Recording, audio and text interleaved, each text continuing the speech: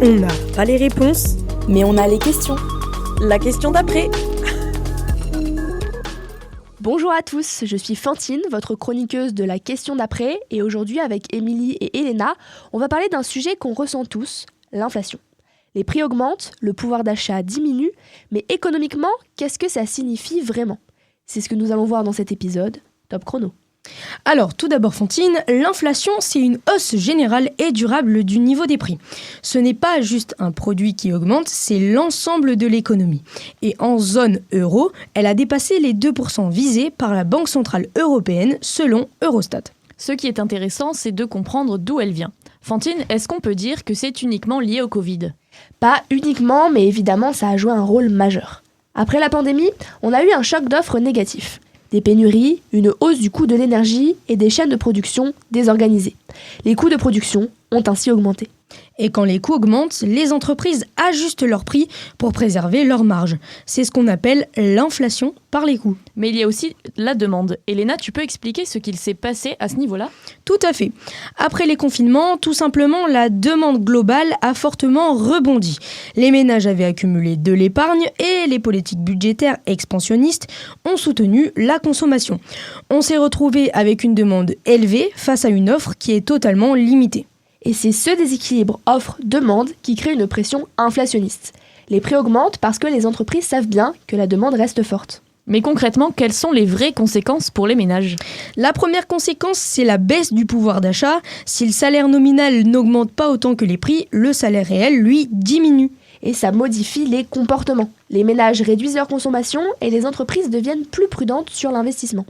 C'est alors que l'incertitude augmente. On peut même voir un impact sur le PIB réel. Un ralentissement de la consommation pèse sur la croissance économique. C'est là que la politique monétaire intervient. Émilie, tu peux expliquer le rôle de la BCE ? Eh bien, la BCE, c'est la Banque Centrale Européenne et elle a pour objectif principal la stabilité des prix. Donc face à l'inflation, elle adopte une politique monétaire restrictive en augmentant ses taux directeurs. Quand les taux d'intérêt augmentent, le crédit devient plus cher, les ménages empruntent moins et les entreprises investissent elles aussi beaucoup moins. Et donc la masse monétaire circule moins rapidement. Ce qui réduit la demande globale et atténue la pression sur les prix. Et c'est dans le modèle ISLM, ça correspond à un déplacement de la courbe LM vers la gauche avec une hausse du taux d'intérêt d'équilibre et une baisse du revenu d'équilibre. Attends, il faut expliquer ce qu'est le modèle ISLM.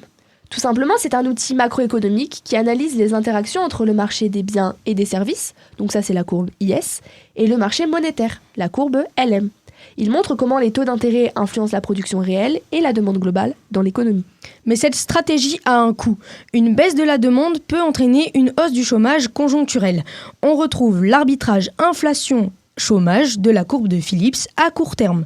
Cette courbe illustre une relation inverse entre le taux de chômage et la variation des salaires nominaux. Exactement. Toute la difficulté, c'est d'éviter une récession trop forte tout en maîtrisant l'inflation. La Réserve fédérale aux États-Unis a d'ailleurs mené une stratégie qui est similaire avec une forte hausse des taux d'intérêt. Finalement, l'inflation actuelle s'explique par un choc d'offres combiné à une reprise de la demande. La réponse passe par un resserrement monétaire pour stabiliser les prix, mais cela implique un véritable arbitrage macroéconomique entre croissance, emploi et stabilité monétaire. Merci de nous avoir écoutés. On espère que cet épisode économique vous aura aidé à comprendre ce qu'est l'inflation. À bientôt pour un nouvel épisode et d'ici là, continuez à vous poser des questions. C'est peut-être ça la question d'après.